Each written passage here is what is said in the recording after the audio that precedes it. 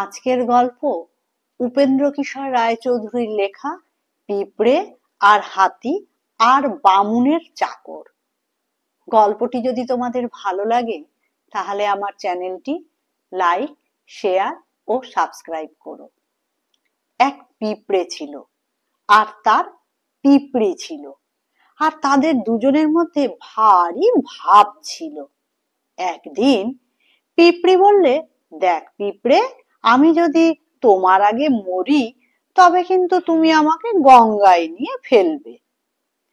কেমন পিঁপড়ে, ফেলবে তো? পিঁপড়ে বলল, হ্যাঁ পিঁপড়ি, অবশ্যই ফেলবো। আর আমি যদি তোমার আগে মরি তবে কিন্তু তুমি আমাকে গঙ্গায় নিয়ে ফেলবে। কেমন পিঁপড়ি, ফেলবে তো? পিঁপড়ি বলল, তার বলতে, অবশ্যই ফেলবো। এমনি দুজনের কথাবার্তা হয়েছে। তারপর একদিন পিঁপড়ি মরে গেল। তখন পিঁপড়ে অনেক কাঁদলো। তারপর ভাবলো, এখন পিঁপড়িকে তো নিয়ে গঙ্গায় ফেলতে হবে। এই ভেবে সে পিঁপড়িকে কাঁধে করে নিয়ে গঙ্গায় চলল। সেখান থেকে গঙ্গা অনেক দূর, যেতে অনেক দিন লাগে। পিঁপড়ে পিঁপড়িকে নিয়ে সমস্ত দিন চলল। তারপর যখন সন্ধে হলো তখন সে দেখলো যে সে রাজার হাতিশালে এসেছে, সেই যেখানে তার সব হাতি থাকে। পিঁপড়ের বড্ড পরিশ্রম হয়েছিল, তাই সে পিঁপড়িকে নিয়ে সেইখানে বসে বিশ্রাম করতে লাগলো। সেইখানে মস্ত একটা হাতি বাঁধা ছিল, সেটা রাজার পাটহস্তী। হাতিটা সুর নাড়ছিল আর ফোঁস ফোঁস করে নিঃশ্বাস ফেলছিল, আর তাতে পিঁপড়িকে শুদ্ধ পিঁপড়েকে উড়িয়ে নিয়ে যাচ্ছিল। কাজেই পিঁপড়ে রেগে বলল, খবরদার। হাতি কিন্তু শুনতে পেল না। সে আবার নিঃশ্বাস ফেললে, আবার তাতে পিঁপড়েকে উড়িয়ে নিয়ে গেল। তাই পিঁপড়ে আরো রেগে খুব চেঁচিয়ে বলল, এই খবরদার, ভালো হবে না কিন্তু, হতভাগা পাজি। হাতি ভাবলো, ভালো রে ভালো, ওখান থেকে কে আমায় চি চি করে গাল দিচ্ছে, আমি তো কাউকে দেখতে পাচ্ছি না। এই বলে সে তার পা দিয়ে সে জায়গাটা ঘষে দিল। পিঁপড়ের তো এখন ভারী বিপদ। সে ভাবলে, মা গো, এই বুঝি পিষে গেলুম। কিন্তু তারপরে সে দেখলো যে সে পিষে যায়নি। হাতির পায়ের তলায় যে ছোট ছোট গর্ত থাকে তারই একটায় ঢুকে সে বেঁচে গিয়েছে, আর পিঁপড়িকেও ছাড়েনি। তখন আর তার আনন্দ দেখে কে? সেই গর্তের ভেতরে বসে সে হাতির পায়ের মাংস খুঁড়ে খেতে লাগলো। যতক্ষণ না সে পিঁপড়িকে নিয়ে একেবারে হাতির মাথার ভেতরে গিয়ে ঢুকেছিল ততক্ষণ সে খুঁড়তে ছাড়েনি। হাতির কিন্তু তাতে ভারী অসুখ হলো। সে খালি মাথা নাড়ে আর চেঁচায় আর পাগলের মতো ছোটাছুটি করে। সকলে বলল, হায় হায়, হাতির কি হলো? তারা কেউ জানে না যে হাতির মাথায় পিঁপড়ে ঢুকেছে। যদি জানতো আর হাতির পায়ের তলায় খুব করে চিনি মাখাতো, তাহলে সেই চিনির গন্ধে পিঁপড়ে তক্ষুনি বেরিয়ে আসতো। কিন্তু তারা তো আর তা জানে না। তারা বদ্যি ডাকলো, ওষুধ খাওয়ালো, আর তাতে হাতি মরে গেল। সেদিন রাত্রে রাজামশাই স্বপ্নে দেখলেন যে তার হাতি যেন এসে তাকে বলছে, মহারাজ, তোমার জন্য আমি অনেক খেটেছি, আমাকে নিয়ে গঙ্গায় ফেলবে। সকালে ঘুম থেকে উঠে রাজামশাই হুকুম দিলেন, আমার হাতিকে নিয়ে গঙ্গায় ফেলতে হবে। তক্ষুনি ৩০০ লোক সেই হাতির পায়ে মোটা দড়ি বেঁধে তাকে হেঁয়ো হেঁয়ো করে টেনে নিয়ে গঙ্গায় চলল। ভয়ানক বড় হাতি, তাকে টানা মুশকিল। সেই লোকগুলো তাকে নিয়ে খানিক দূরে যায় আর দড়ি ছেড়ে দিয়ে বসে হাঁপায়। এমন সময় হয়েছে কি, সেইখান দিয়ে এক বামুন ঠাকুর যাচ্ছেন, তার সঙ্গে এক চাকর। সেই লোকগুলোকে বসে হাঁপাতে দেখে সেই চাকরটা বলল, ইঁদুরের মতো একটা হাতি, তাকে টানতে গিয়ে 300 লোক হাঁপাচ্ছে। আমি হলে ওটাকে একলাই নিয়ে যেতে পারি। এ কথা শুনেই তো সেই 300 লোক লাফ দিয়ে উঠল। তারা বলল, কি এত বড় কথা, আমরা 300 লোক যা পারছি নে, তুই একলাই তা করতে পারবি? আচ্ছা, এর বিচার না হলে তো আমরা হাতি টানছি না। চল বেটা, রাজার কাছে চল, দেখবো তুই কেমন জোয়ান। তাতে সেই চাকর বলল, আচ্ছা চলো না, আমি কি তোদের মতো জোয়ান? তখন মাঠে হাতি ফেলে রেখে তারা সকলে রাজার কাছে এসে বলল, দোহাই রাজামশাই, এর বিচার হোক। আমরা 300 লোক আপনার হাতি টেনে হাঁপিয়ে গেলুম, আর এই বেটা বলছে কিনা সে একলাই সেটা নিয়ে যেতে পারে। এর বিচার না হলে আমরা আপনার হাতি ছোবই না। এ কথা শুনে রাজামশাই বামুনের চাকরকে বললেন, কিরে, সত্যি কি তুই ওই হাতি একলা নিয়ে যেতে পারিস? চাকর জোর হাতে নমস্কার করে বলল, মহারাজ, যদি হুকুম হয় তবে পারি বই কি, কিন্তু আগে আমাকে পেট ভরে 4টি খেতে দিতে হবে। রাজা বললেন, দাও তো ওকে 1 সের চাল আর ডাল তরকারি, আগে পেট ভরে খেয়ে নিক, তারপর হাতি নিয়ে যেতে হবে। তাতে সে চাকর হেসে বলল, মহারাজ, 1 সের চাল তো ঝাড়ুওয়ালারা খায়, তাতে কি হাতি টানা চলে? রাজা বললেন, তবে তুই কি চাস? চাকর বললে, মহারাজ, বেশি আর কি চাইবো, এই মন 2 চাল, 2টো খাসি আর 1 মণ দই হলেই চলবে। রাজা বললেন, আচ্ছা তাই পাবি, কিন্তু খেতে হবে সব। চাকর বলল, যে আজ্ঞে মহারাজ। বামুনের চাকর সেই 2 মণ চালের ভাত আর 2টো খাসি আর 1 মণ দই দিয়ে পেট ভরে খেয়ে আগে খুব একচোট ঘুমিয়ে নিল। তারপর নিজের গামছাখানি দিয়ে সেই হাতিটাকে জড়িয়ে বেশ করে একটি পুটলি বাঁধলো। তারপর পুটলিটিকে লাঠির আগায় ঝুলিয়ে সেই লাঠি শুদ্ধ সেই পুটলি কাঁধে ফেললো। তারপর গন্ডা 10 পান মুখে গুজে গান গাইতে গাইতে গঙ্গায় চলল। তা দেখে রাজামশাই হাঁ করে রইলেন, আর 300 লোকও হাঁ করে রইল, আর সকলে ছুটে বাড়িতে খবর দিতে গেল। ততক্ষণে সে চাকর অনেক দূর চলে গিয়েছে, আর খুব চনচনে রোদ উঠেছে। আরো অনেক দূরে গিয়ে চাকর বললে, উফ, কি ভয়ানক রোদ, আমার গলাটা বড্ড শুকিয়ে গেছে, একটু জল খেতে পেলে হতো। বলতে বলতে সে দেখলো যে খানিক দূরে একটি পুকুর রয়েছে। সেই পুকুরের ধারে গাছপালার আড়ালে একটি কুঁড়ে ঘর। চাকরটি পুকুরের ধারে তার পুটলিটি রেখে সেই ঘরের কাছে গিয়ে দেখলে সেখানে একটি ছোট মেয়ে বসে আছে। সে সেই মেয়েটিকে বললে, বাছা, আমার বড্ড তেষ্টা পেয়েছে, একটু জল খেতে দেবে?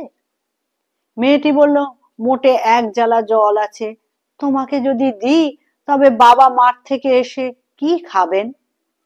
এ কথা শুনে চাকর রেগে বললেন, বটে, তুই একটু জল খেতে দিবি নে? আচ্ছা দেখি এরপর তোরা কোত্থেকে জল খাস।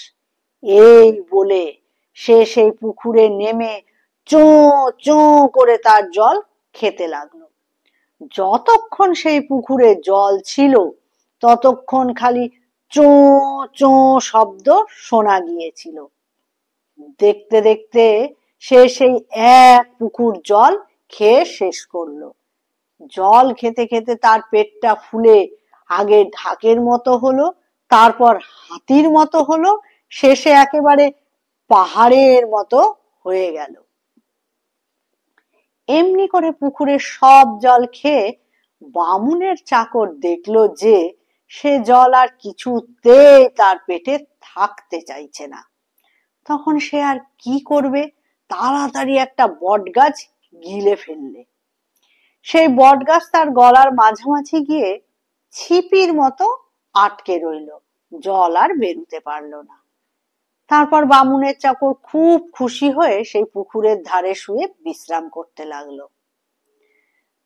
তার পেটটা তাল গাছের চেয়ে উঁচু হয়ে উঠল, যেন একটা পাহাড়। সেই মেয়েটির বাপ তখন মাঠে কাজ করছিল। সে সেই পাহাড়ের মতো পেট দেখে ভাবলো, বাবা, না জানি ওটা কি, বলে সে তাড়াতাড়ি বাড়িতে ছুটে এলো। সে বাড়িতে আসতেই তার মেয়ে বললে, বাবা বাবা, দেখো কি দুষ্টু লোক, আমার কাছে জল চেয়েছিল, ঘরে এক জালা বই জল নেই, ওকে দিলে তুমি এসে কি খাবে? তাই আমি জল দিইনি, বলে আমাদের পুকুরের সব জল খেয়ে ফেলেছে। বলতে বলতে তারা দুজনে সেই চাকরের কাছে এলো। সেখানে এসে সে মেয়েটি ভয়ানক নাক সিটকে বলল, উহ, কি গন্ধ, দেখো বাবা, একটা পচা ইঁদুর নাকি পুটলিতে বেঁধে এনেছে। এই বলে সে এক হাতে নাকে কাপড় দিয়ে আরেক হাতে দু আঙুলে সেই হাতি শুদ্ধ পুটলিটা ছুঁড়ে ফেলে দিল। সে পুটলি পড়লো গিয়ে একেবারে সেই গঙ্গায়। আর মেয়ের বাপ করেছে কি, কোষে কোমর বেঁধে মুখ খামটি করে মেরেছে বামুনের চাকরের পেটে এক লাথি। সে কি যেমন তেমন লাথি! লাথির চোটে সেই বট গাছের ছিপি শুদ্ধ তার পেটের সব জল বেরিয়ে ঘর বাড়ি জিনিসপত্র মেয়ে টেয়ে একেবারে ভাসিয়ে নিয়ে গেল। বাকি রইল খালি মেয়ের বাপ আর বামুনের চাকর। তখন তারা দুজনে মিলে কোলাকুলি করতে লাগলো। কোলাকুলি শেষ হলে সেই মেয়ের বাপ বললে, আরে ভাই, তোর মতো জোয়ান তো আর কোথাও দেখিনি, এক পুকুর জল খেয়ে সব শেষ করলি। বামুনের চাকর বললে, ভাই, তোর মতো জোয়ানও তো আমি আর কোথাও দেখিনি, এক লাথিতে আমার পেট হালকা করে দিলি। এই কথা নিয়ে তখন তাদের মধ্যে ভারী তর্ক আরম্ভ হলো। এ বলে তুই বেশি জোয়ান, ও বলে তুই বেশি জোয়ান। এখন কার কথা ঠিক তা কে বলবে? অনেক তর্ক করে তারা এই ঠিক করলে, চল একটা খুব বড় বাজারে গিয়ে দুজনে কুস্তি লড়ি, তাহলেই দেখা যাবে কে বেশি জোয়ান। এই বলে তারা দুজন কুস্তি লড়তে বাজারে চলেছে। এমন সময় এক মেছুনির সঙ্গে তাদের দেখা হলো। মেছুনি ঝুড়িতে করে মাছ নিয়ে বাজারে বেচতে যাচ্ছিল।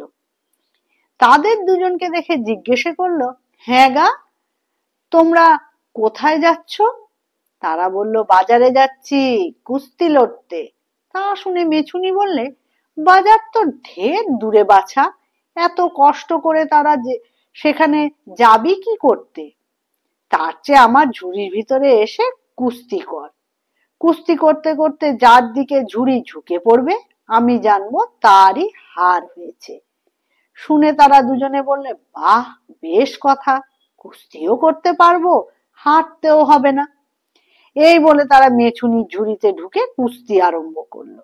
আর মেছুনি সেই ঝুড়ি মাথায় করে বাজারে চলল। এমন সময় এক কাণ্ড হয়েছে।